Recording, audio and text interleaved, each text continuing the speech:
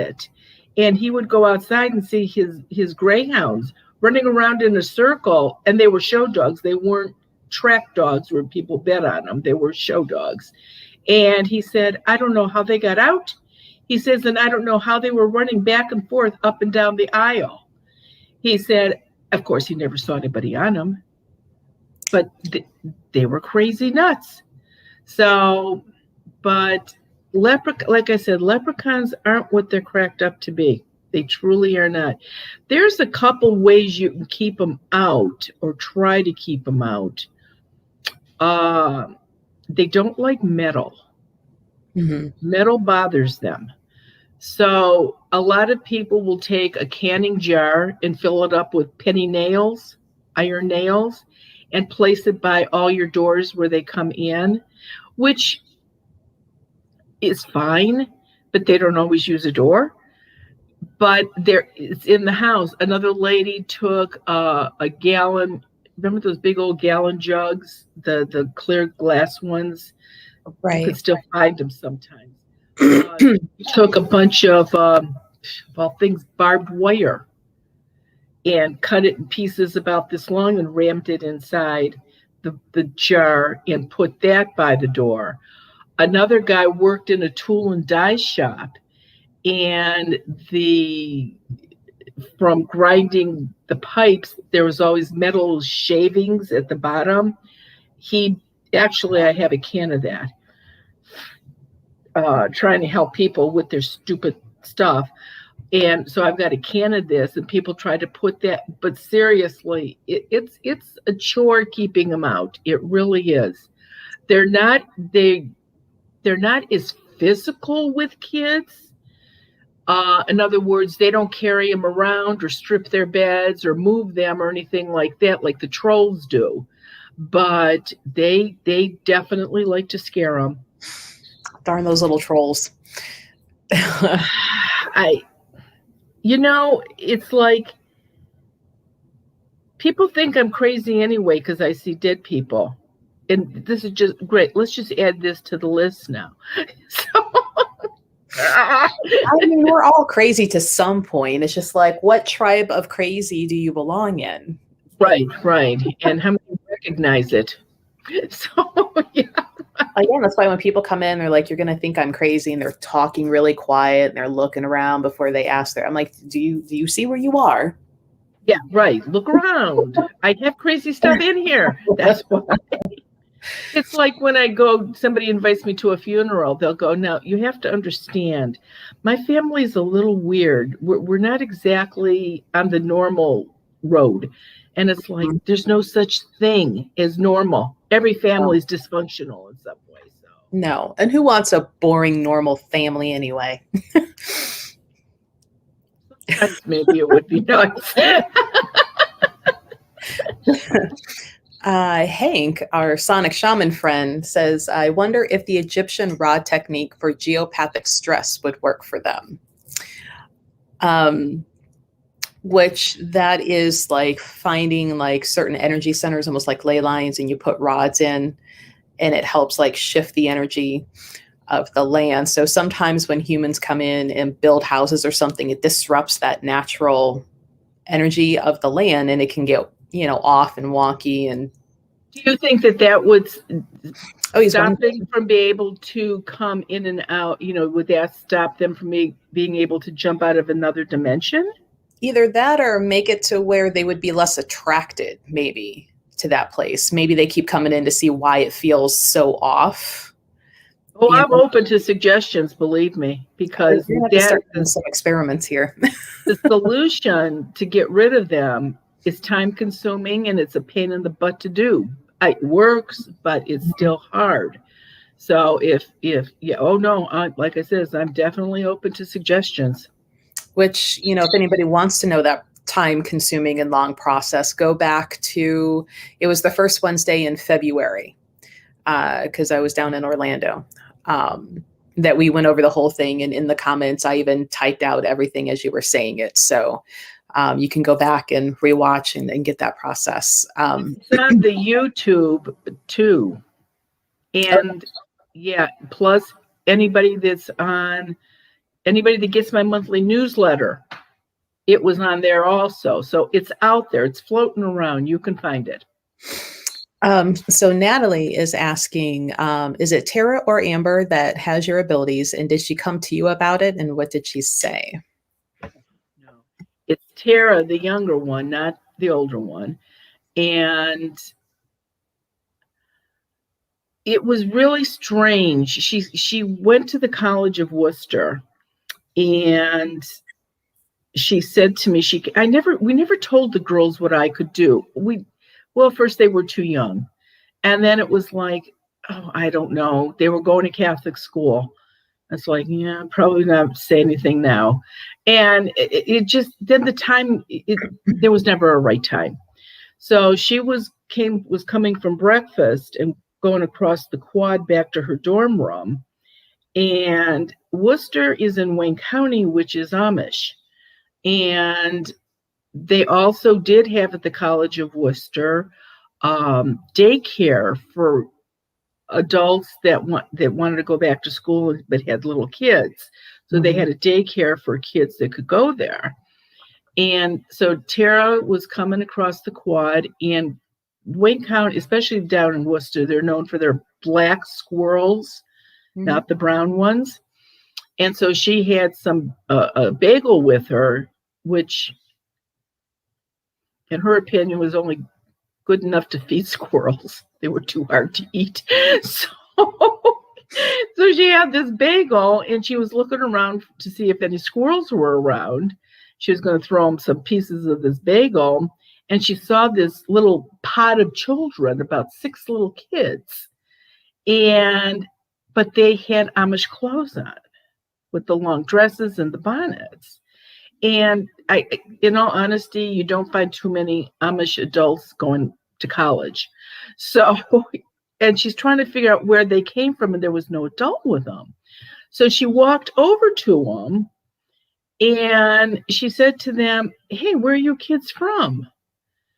And a little girl about 6 was holding hands with a little boy about 8.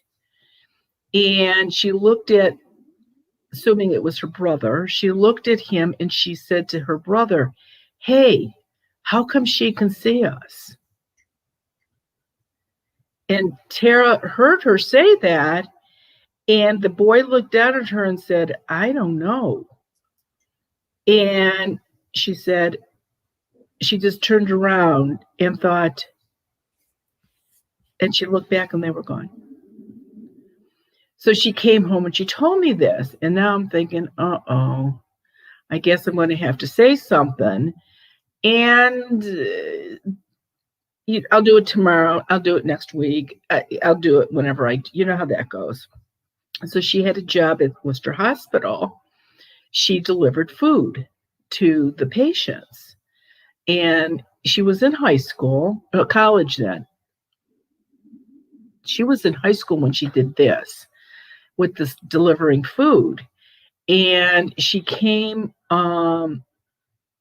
it's our family. If you got food in front of you, you better eat. So she took this tray into this bed, and this woman was like in a coma, and she put the tray down on her rollaway there. And there was, you know how hospital rooms have one nice, comfy chair, and then the other ones are hard. Well, there was this cute little old man sitting in this nice, comfy chair in there. Little short guy, I mean, old. And she looked at him and she said, do you want to wake her up? Do you think she's going to eat? And he says, "No, she's not going to eat." And she said, "Is there anything on this tray you want?" He said, "No, I don't think so." And she says, "Okay." She says, "Well, you want me to get you a cup of coffee or a cup of tea?" He said, No, I'm good." And she said, "Okay." So 45 minutes later, an hour later, she goes back into the room. Of course, nothing is touched. And there were cookies, peanut butter cookies or something that they had made to put on the tray. She goes, "These cookies are really good. Do you want me to leave these cookies for you to eat later?" He said, "No, I don't think so. Just take everything." She says, "You want a can of ginger ale?" He said, "No, I don't really want any. This is the family." Okay. So she leaves, and she had to write down on her paper that nobody that the woman didn't touch a thing. And she had to take it up to the nurse's station. Well, as she was walking up to the nurse's station, the head nurse was walking toward her. And so she handed her the slip. She said, Mrs. Jones in 312 didn't eat anything. And she goes, yeah, she says, she's probably going to pass away tonight during the night.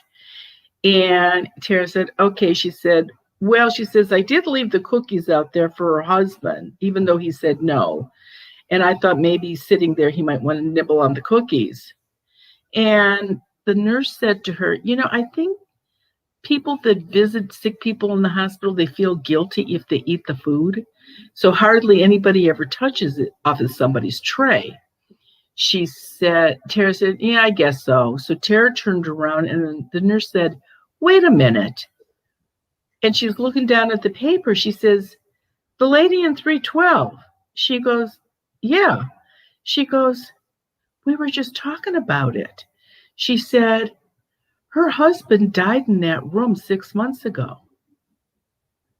Tara said, no. He's sitting in a chair in there. No, he's not dead. The nurse said, yes, he is, Tara. And Tara grabbed her, says, you come with me. They got there and he was like he's fading away. So that's the one we put off. But when she saw the kids so I reversed it. When she saw the kids at the college, we finally told her that. So and she hated it. Yeah, she hated it. She absolutely hated it. So our next question. In the spirit of St. Patty's Day, Marianne helped a great friend of mine who brought in gnomes with a 50-pound bag of thistle seeds. It took us 2 weeks to get the thistle out of the house. It's kind of like glitter, I'm suspecting. Might as well just put it down. Right.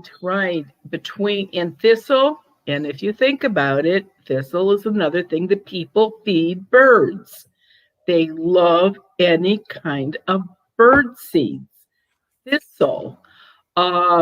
I'm surprised they don't suck the water out of hummingbird feeders. I mean, that's what, and it is really hard. And she's absolutely right. You have to get every little thistle out. And you vacuum, and the more you vacuum, the more comes out. So definitely, but she's 100%. Yeah, she's 100% right. People that had, do you remember when people got Charlie chips, potato chips delivered? You're too young. Yeah, there was potato chips called Charlie chips, and they came in a metal can. And okay, you couldn't at the time, you can now, but at the time you couldn't even buy them in a grocery store. They came to your door. You came to your house every 2 weeks and brought you potato chips if you were signed up with them. They were really good potato chips too. Those cans that they were in, people saved.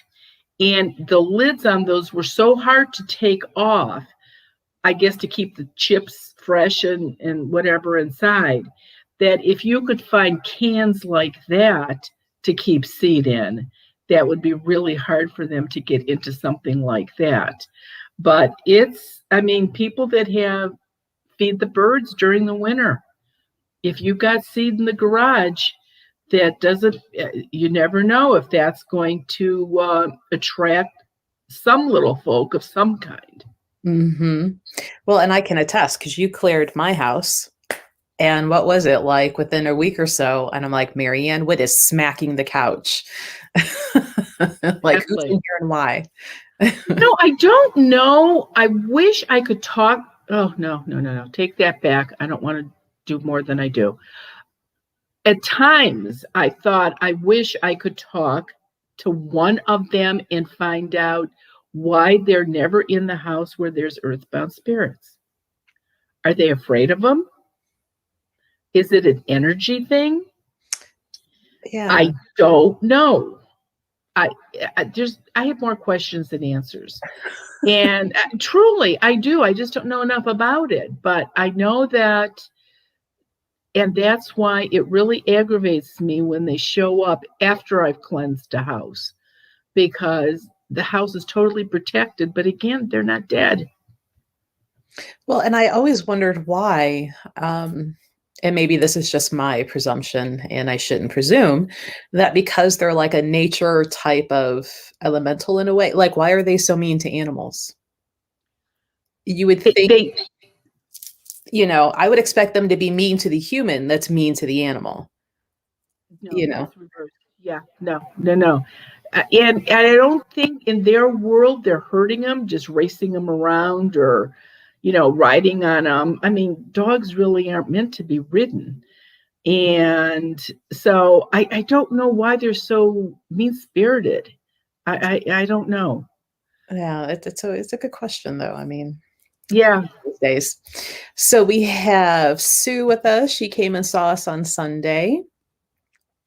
Karen says hello, happy or not St. Patty's Day, Valentine's Day. More coffee coming.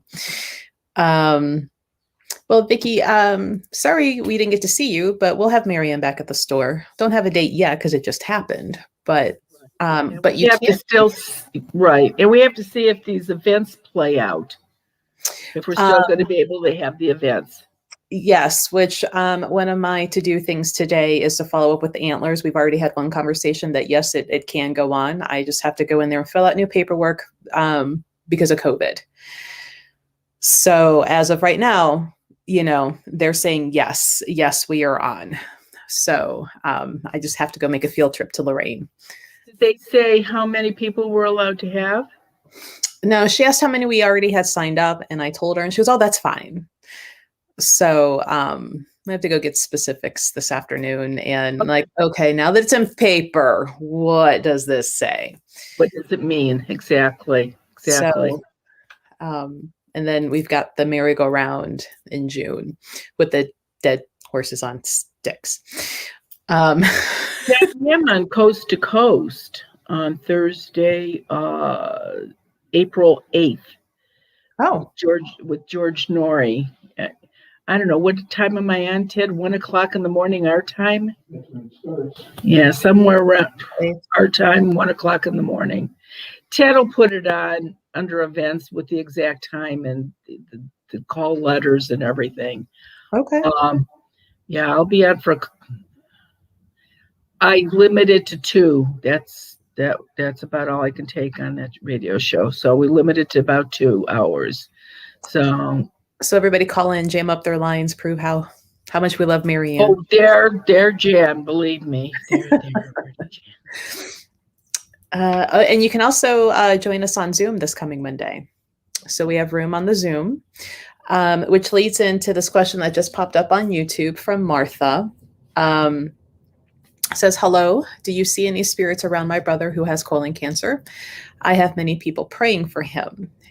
And Zoom's going to be a better way to answer that because Marianne, can't see you or your brother this way. So if you want to know, you can join Zoom, and I'll put up the links a little later so you can go back and watch it again. But to be in the house where your brother may be, and Marianne can see in what's going on, who might be there. She can't talk directly to the ghosts because they're not talking on the camera, but she can tell you who, what, where, when, if there's any portals. But in this format, you can see us. We can only see what you're typing. So unfortunately, can't really answer that one right now. But the next Zoom is this coming Monday at 7:30. So join us Monday night. It's $20, and we do limit it to 30 people. And everybody will get their questions answered, provided you stay the whole time. If you leave before you have your turn. We do try to answer new people first, because there are some people that come every time we're on. Most of them, they show up every time. Just say it's better than Friday night TV. So they like to hear what everybody has to ask and everything. So some of once we do the new ones, the old ones go by a little bit faster. And there's a ton of them that don't even ask questions. They're just sitting in.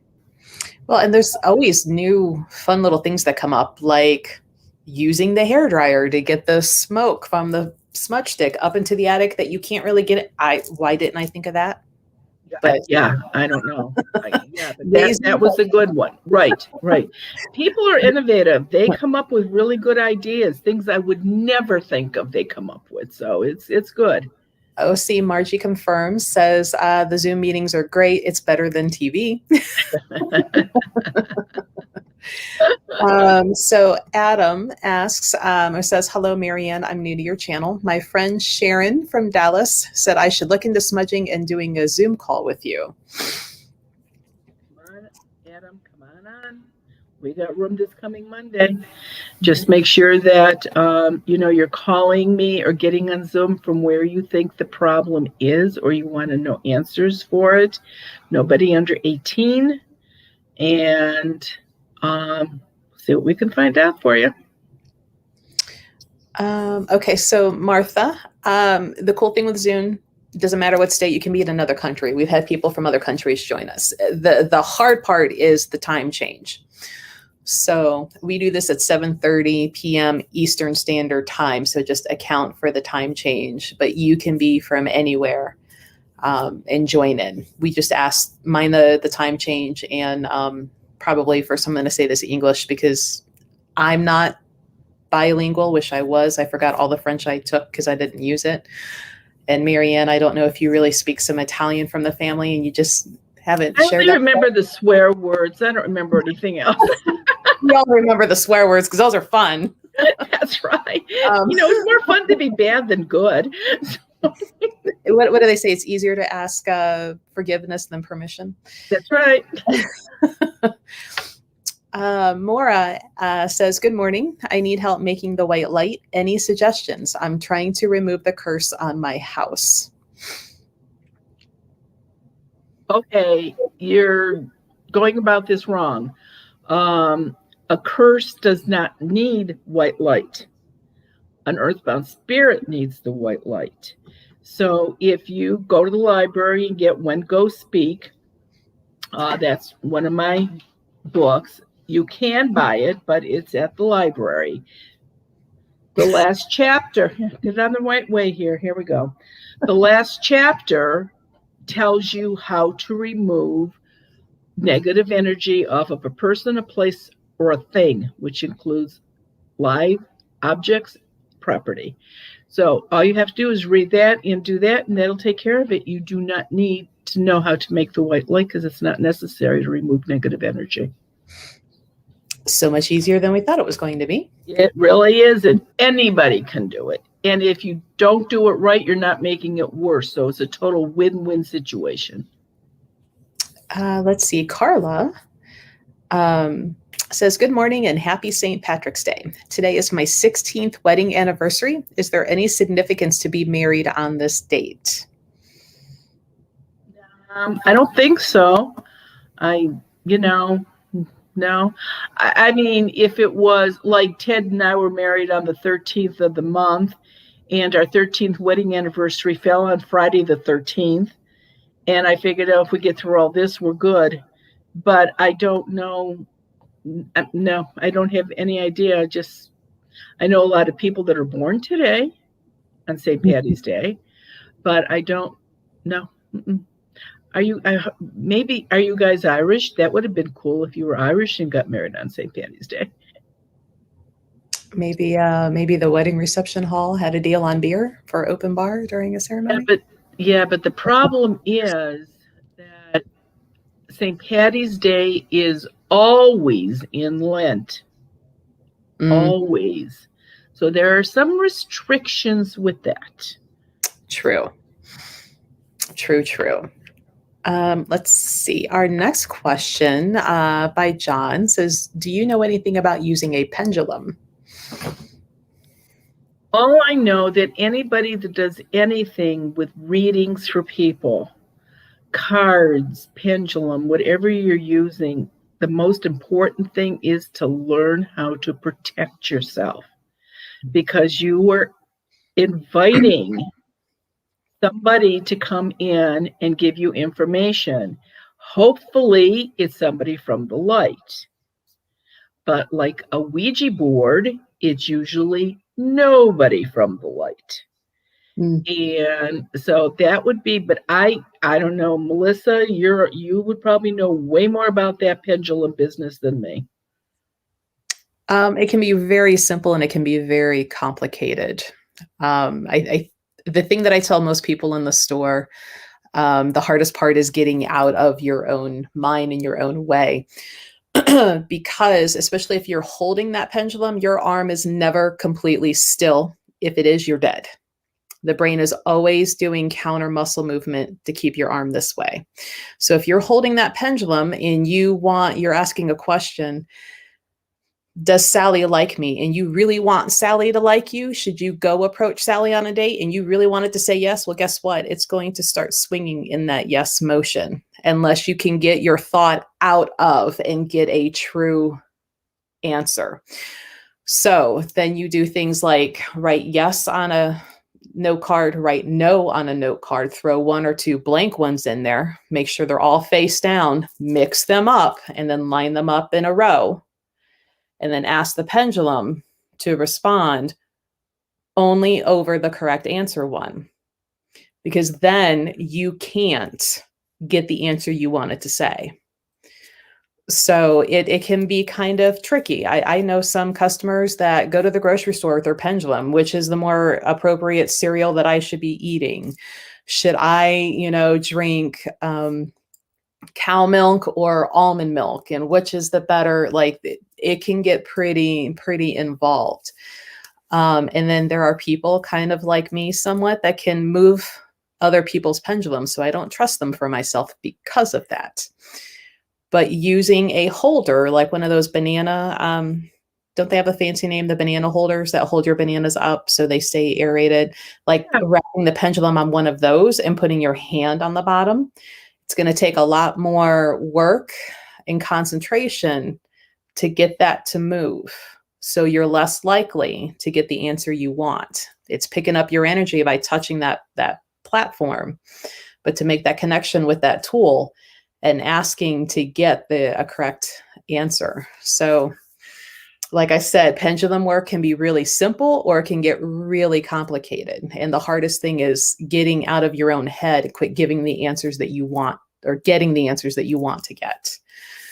So simple little tricks like writing the things down and flipping them over and to where you can't see the yes or the no that you want to get. That's a good idea with that, turning it upside down. I would have never thought about that. Mm-hmm. I had been flown into Texas. The man sent his private plane up for me. And he owns so many oil wells in Texas, you have no idea. And so I was staying at his guest house on his property, and he was looking for, on a certain section of his property, he was looking for oil. And he had geologists out there and all these people with this equipment out there doing, looking for more oil. And so he said to me at dinner that night, he says, "Do you know how to do that, darling?" I said, no. I says, "I got rid of your ghost. That's pretty much where I'm at." And he said, "Well," and somebody else was there that had some knowledge about metaphysical stuff. And he says to me, did you ever try a pendulum? I said, no. He says, I did not, never have. And he said, why don't we try something? And I said, what's that? So this guy got this picture, a map that probably opened it up, and the section he was looking at to find more oil was probably like if you opened a map up, it would be half the size of like a kitchen table. So it was a big piece of property. And I looked at this other person that was there. I says, and you carry a pendulum around with you? He said, no. And I says, well, what am I supposed to do? And he said, I don't know. He says, let's think of something. So this homeowner's daughter was there, his married daughter, and so she had a necklace on, mm-hmm. necklace, and she took it off, and she had a diamond ring on because she was married.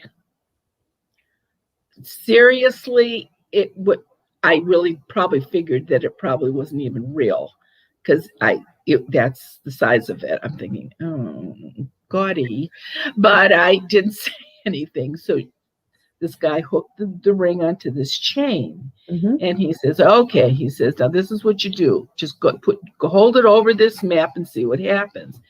It's like, oh, you people are all crazy. So I'm holding this thing and I'm going over this map, and all of a sudden it started doing circles. And I'm thinking, I'm really not doing that. I don't think I'm doing that. So I moved it, and it did small circles in another place. But then when I took it back up to the first place, it did big circles. I said, I don't know. I says, I really truly wouldn't bring all your equipment in and take my word on this. I says, because I don't think so. He said, okay, let it go. So that was it. So the next morning after breakfast, he said, we're going to get in the truck and we're going to go out to those 2 properties that you circled.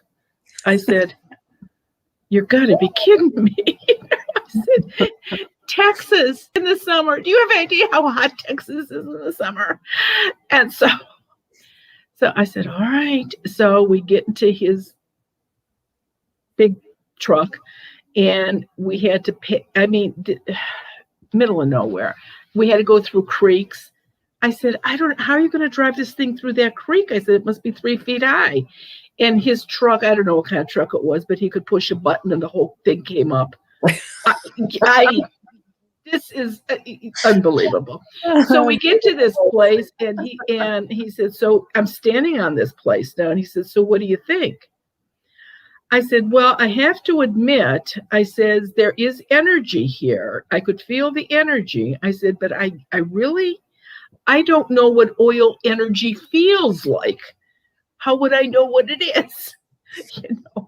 And he said, well, I'm going to have a geologist check it out. And I says, oh, yeah, you do that. So it was a couple of weeks later. He calls me. He says, oh, darling, he says, I got to bring you back down here. I said, why? And he said, I says, oh, my God, don't tell me you found oil.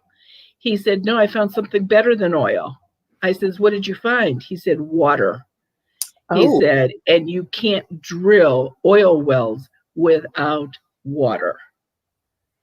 I said, okay. I said, so now I know what water energy feels like when you're standing on the ground and there's water underneath. He said, we were all over that area with somebody else we had in with the divining rod trying to find water out there. They couldn't find it. I said, so was it the pendulum? Was it the ring on the necklace? I don't know. Well, and that's a fun point because it's I sell pendulums, right?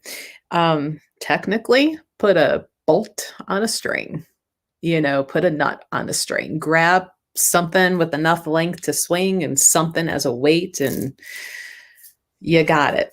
But the crystal pendulums, they're pretty. They help keep a mindset and, but yeah, you can use stuff from your garage or your junk drawer in the kitchen. And I have to tell you, I've never tried it again since. And he's brought me out there a couple more times, but I never had to do that again. So that was, but he did take me out, and Ted was with me the next time we went out, and he did take us out to that site. 3 oil wells were on that property that the water could all bring so it was a very fertile place for oil, but it wasn't, like I said, where I was standing, it was definitely water.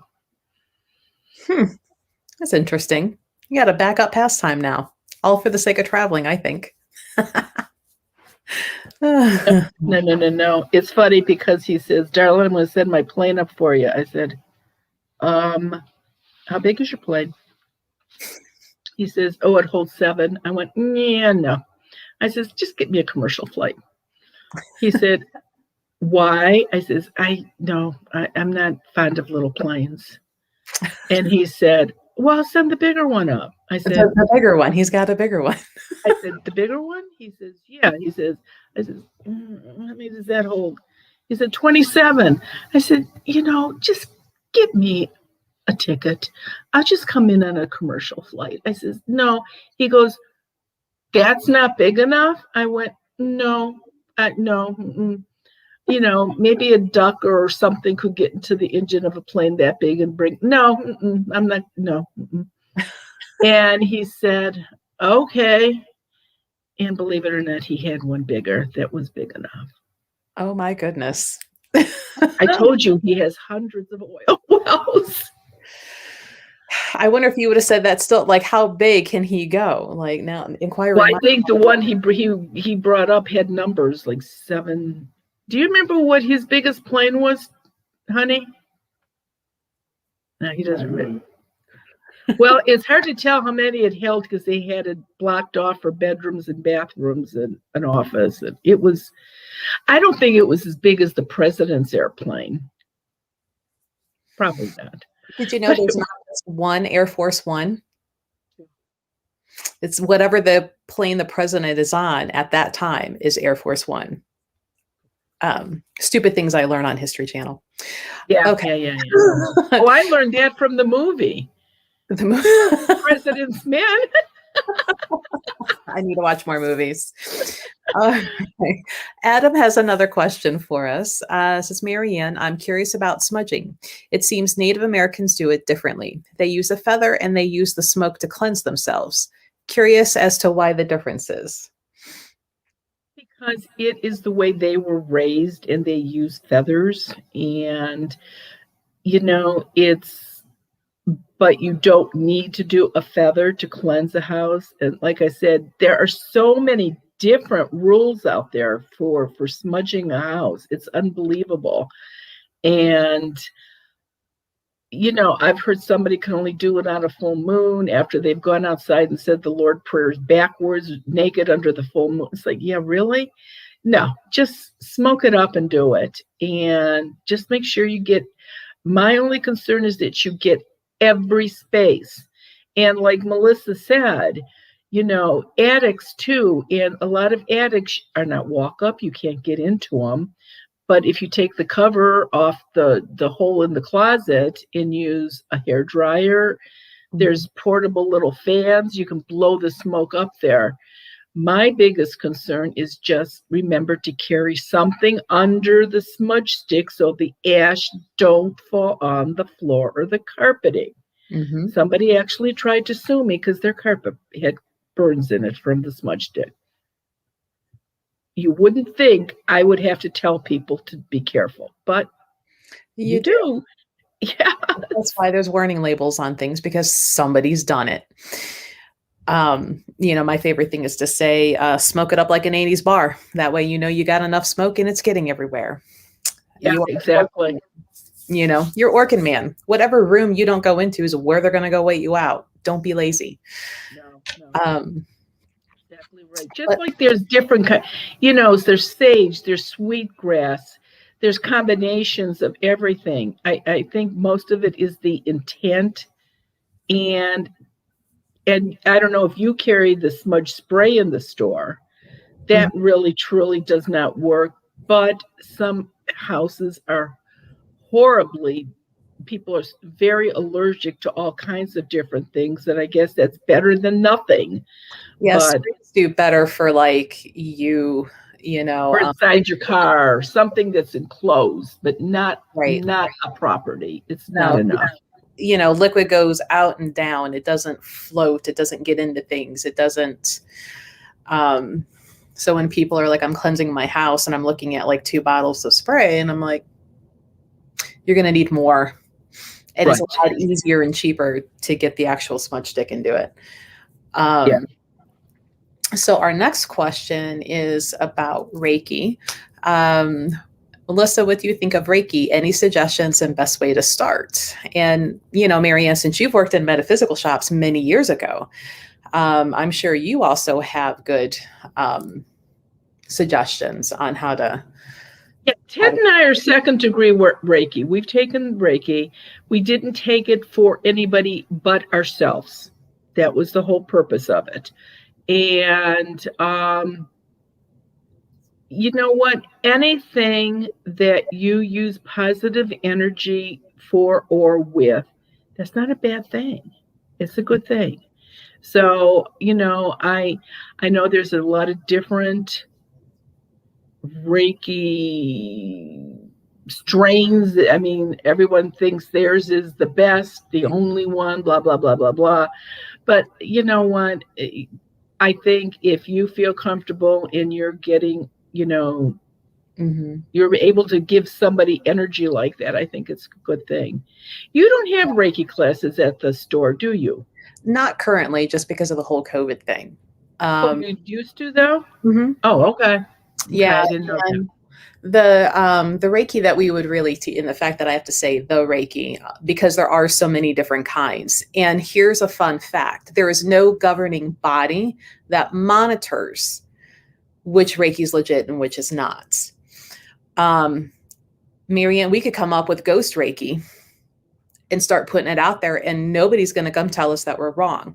So be mindful of that. If you have a Reiki practitioner that you've been going to who is a master, ask them if they teach.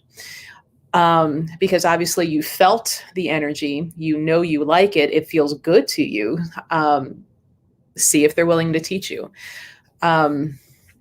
Reiki isn't as expensive to learn as it used to be many years ago. It was thousands and thousands of dollars per level, like back when Rune was itty bitty. Like yeah, I knew somebody that paid $10,000 for their master's. Mm-hmm. They got their first degree. They had to wait 6 months to get the second degree, and they had to wait 3 years in that strain to get the master's. Mm-hmm. And they had to go, and they couldn't just be done local. I forget what state they had to go to get the master's in. Mm-hmm. But, that's supposed to be the true Reiki. But, and yet I talk to people that can get a master's in a weekend. Yeah, I mean, my personal opinion, you shouldn't go from starting to masters in 1 week. Like you should practice each level and feel the difference and get comfortable with that before you add more onto your plate. Otherwise, that's like trying to learn a whole year's worth of geometry in 1 week. And did you really master any of it? No. Unless you're, somebody who's really talented and gifted but that's not going to be the majority of people. So just kind of ask around. Do you know friends or family who learned from a certain person? Are they still teaching? Don't get caught up in the propaganda of this one's better than that one and blah, blah, blah. That's human ego. That's not the healing energy at work. But a fun fact, Cleveland Clinic uses Reiki now, and they actually have it on some of their floors. It's the all the hospitals do now, even Metro. They all use it. Mm-hmm. Just like a lot of them use, have yoga instructors coming in now. Oh, I didn't know that. Doing classes for patients with, they can use yoga. So, you know what? It's opening up. Everything isn't in a closet anymore. People are, learning how to do different things and accepting them. You're not a weirdo anymore if you do something like that. I was really surprised and happy when some of the, I don't know if the main VA clinic is doing it in Cleveland, but some of the little outer clinics were starting to do it. And that was, I'm like, yay, they're opening up, and I'm hoping that, the service members feel comfortable with it, that it's not too woo woo and not enough, or insert other random noise that they make. Right. The husband and wife couple that that come in the store frequently, they have a healing program that they do that is very, very unique. And Ted goes to the VA, and the last time we saw them at the store, he had asked Ted if he could bring it up and see if the VA would be interested in him coming in and demonstrating. So he talked to his doctor that it turned out he was seeing a doctor a couple of weeks after that. And the doctor said, oh, well, we do Reiki and other stuff here. He says, yeah, let me run it up the flagpole and see. So I don't know if this couple has heard from them or not, but he didn't look at Ted like Ted was crazy. So that was I good. need Ted to vouch on my behalf to get my shaman work into the VA. I've been knocking on doors for him. Like, these men and women need soul retrieval and work, not just pills and a pat on the hand. But they're like, you're too weird. And I'm like, no, I'm not. Well, like I said, I don't know whether they called that couple or not. If they did, I mean, Ted put it out there, and yeah, do a proposal up. He'll give it to a doctor, see where it goes. I'm gonna have to, because I've tried all of the more traditional ways to do it. Yeah. And I get the we'll call you door close, and I'm like, whatever. Filed it right in the trash can. You got it. Yeah. As a good friend of mine who was special forces, it was that I'll take it under advisement, which means it went down into the shredder. That's right. I'm like, I know what that means. Army brat, Army wife. I know what that means. Let's see. Oh, we're almost at 11 already. That went by quick. These little leprechauns apparently are time benders too. Fun little people. Actually, not so fun little people. Quite mischievous. Let's see. So some upcoming events. We have Zoom on Monday. If you are wondering if you have any earthbound spirits, negative energy, portals in your home, this is the event to get on. That link will take you right to the scheduling, or you can go to goddesselite.com and look under the events page, and it will be there. We do limit the event to only 30 people. So only 32 faces will be there. The 30 people that come in, mine and Marianne, a lot of times mine's not even there. I turn my camera off because it's all about Marianne helping those who have came to find out what's going on in their home. $20 to find out what's going on and advice how to take care of that. Otherwise, Marianne, your call wait list is still about 8-9 weeks out. Yeah, it's going to come down a little bit because we're getting our second COVID shot on the 24th of this month, and I won't be so creeped out going into houses and, but so I'm going to, start doing houses again. That's the problem. Calling back these people, I know they've got something because I heard it on the voicemail, but how do I call them and say, yeah, you've got this, creepy looking guy hanging out in the bedroom, but no, I'm not coming out. So that has been part of the problem why I've been really slow getting back to people too, because I don't want to say no, but I can't say yes. And so that's been the issue.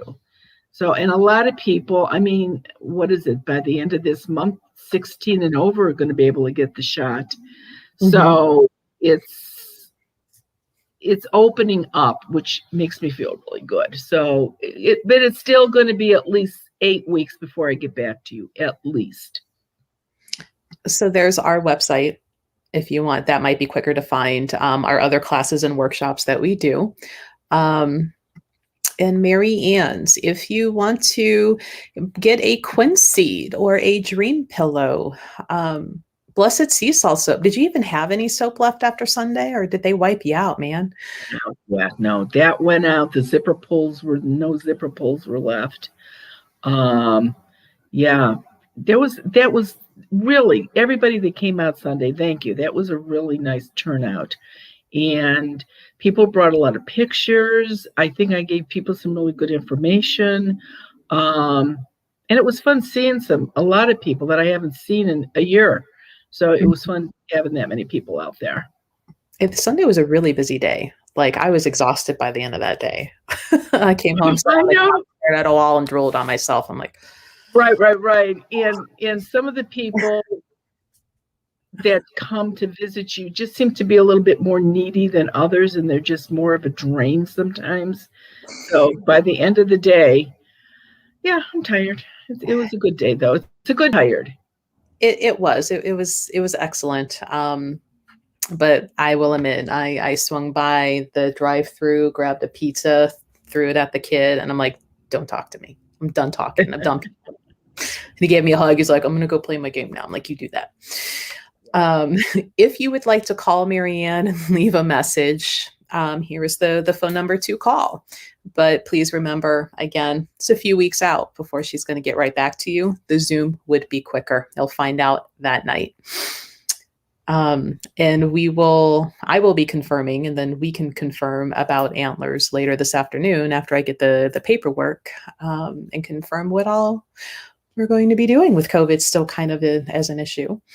But as the YouTube tonight at 5:30 it's a little creepy, scary. It's these little folk running amok in a house with 4 children and what they were doing to these kids. So if you want to hear that, tune in at 5:30 today.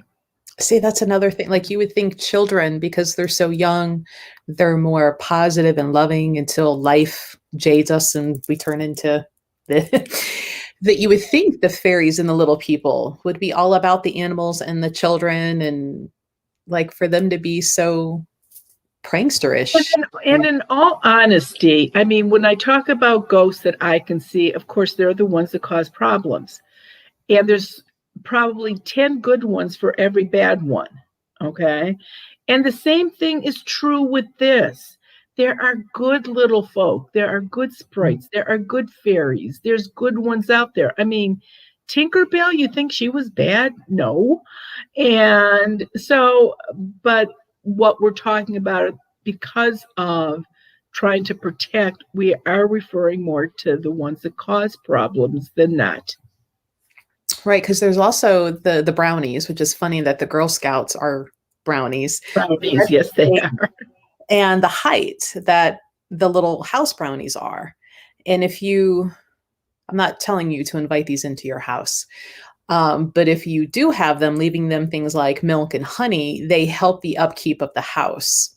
And after that, that hurricane that hit like 6-7 years ago, that it actually wiped out power and everything, even up here in Cleveland. My basement partially flooded, took out the furnace, or it like snuffed it, and we kept trying to relight it. And I was just so frustrated. And I'm like, I don't have money now to go buy a furnace because I haven't been able to make money for a few years, for a few days. And I remember like just putting out some milk and honey, and I'm like, look here, if I've got little brownies, I need that to light. And it lit. What is when you want to sell a house? We won't. Also, with the honey, yeah, well, but I think your house was meant for something different. But at any rate, but a lot of people this works for, to put it outside the house, and the little fairies will help sell a house too if you give them some milk and honey. Oh, maybe I need to go litter the lawn. I'm afraid of drawing ants. Yeah, well, that's why you do it outside. But I have a stubborn piece of land in a house, and actually I don't think it's necessarily the house, it's the land that it's sitting on, and that's a whole other story.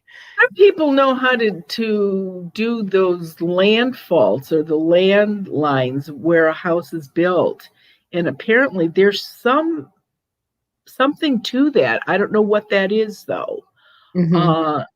And I don't know, maybe your house is on one of those faults. Leave it to me to find the one, that everything doesn't work for. Like, people have like, have you tried St. Joseph? I'm like, I've had 6 of them little guys out in my yard, and that still didn't work. One in every corner, one in the front yard, one by the porch. Unusual, because St. Joseph is pretty good about that. So he and St. Joseph apparently don't get along. As good as Tony trying to find something. I've never really had to use that. So maybe I should, because my favorite picture of my son like went missing off the refrigerator. I still have yet to find it all these months later. Oh, all you have to do is say, Tony, look around. Something's lost and must be found. And within a day, you usually find whatever it was you were looking for. And Tony is St. Anthony, just so you know. Right. Yeah. That and my passport. Both are like, am I? And that's why I called you the one day. And I'm like, all right, did something somehow get in here? Where's my stuff? and still haven't found them. Hi, Tony. It's amazing how well that works. I'm gonna have to, like, because nothing else is, and I've torn the house apart. Like, but the only thing I haven't done, and now I'm kind of like, maybe I should, is like completely pull the refrigerator all the way out. Like, I've shifted it and kind of done the little circle dance, but not completely all the way out into the middle of the room, because that's where the picture was. Now, if the passport's under there too, then that is some weird, because how did it get from the lockbox upstairs to under the refrigerator? Take a yardstick and run it underneath the refrigerator and see what comes out. I've shined flashlights and everything, But a picture's so flat, it wouldn't. Right. A flashlight wouldn't really show that up. Well, this is a to be continued. We'll see what happens next Wednesday. If I'm like, okay, here they are, or like, no. No, didn't work. Okay.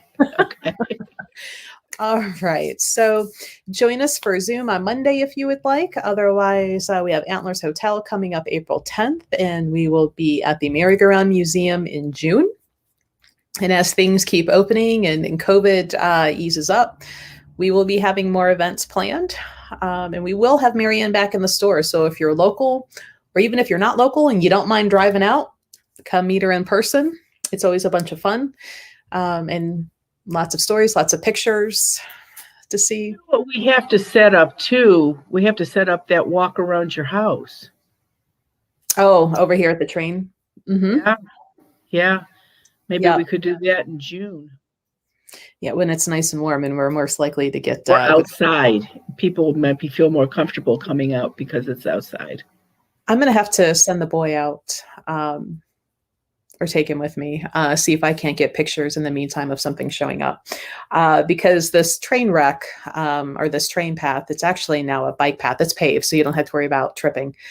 A train wreck happened like literally across the street from my house. And sometimes people have heard the train still running. I've heard my name called while walking, and have heard the whole you're walking and there's another set of footsteps. And after you stop walking, you'll hear 1, 2, and then it'll stop. So it's a fun little bit of history in the middle of nowhere, Ohio, going on out here. But it's the reason why we all have a second hand on our watch now. And that phrase, get on the ball, is from that train wreck, because the timepiece keeper that they hired to make more accurate timing, his last name was Ball. So a little fun history, and hopefully we'll get that going June with good weather outside. It'll be fun. Sounds good. We will see you next Wednesday, unless I see some of you on Zoom on Monday. Best Monday night fun to be had. Right. Thanks, everybody. Have a good St. Patty's Day. All right. Bye, guys.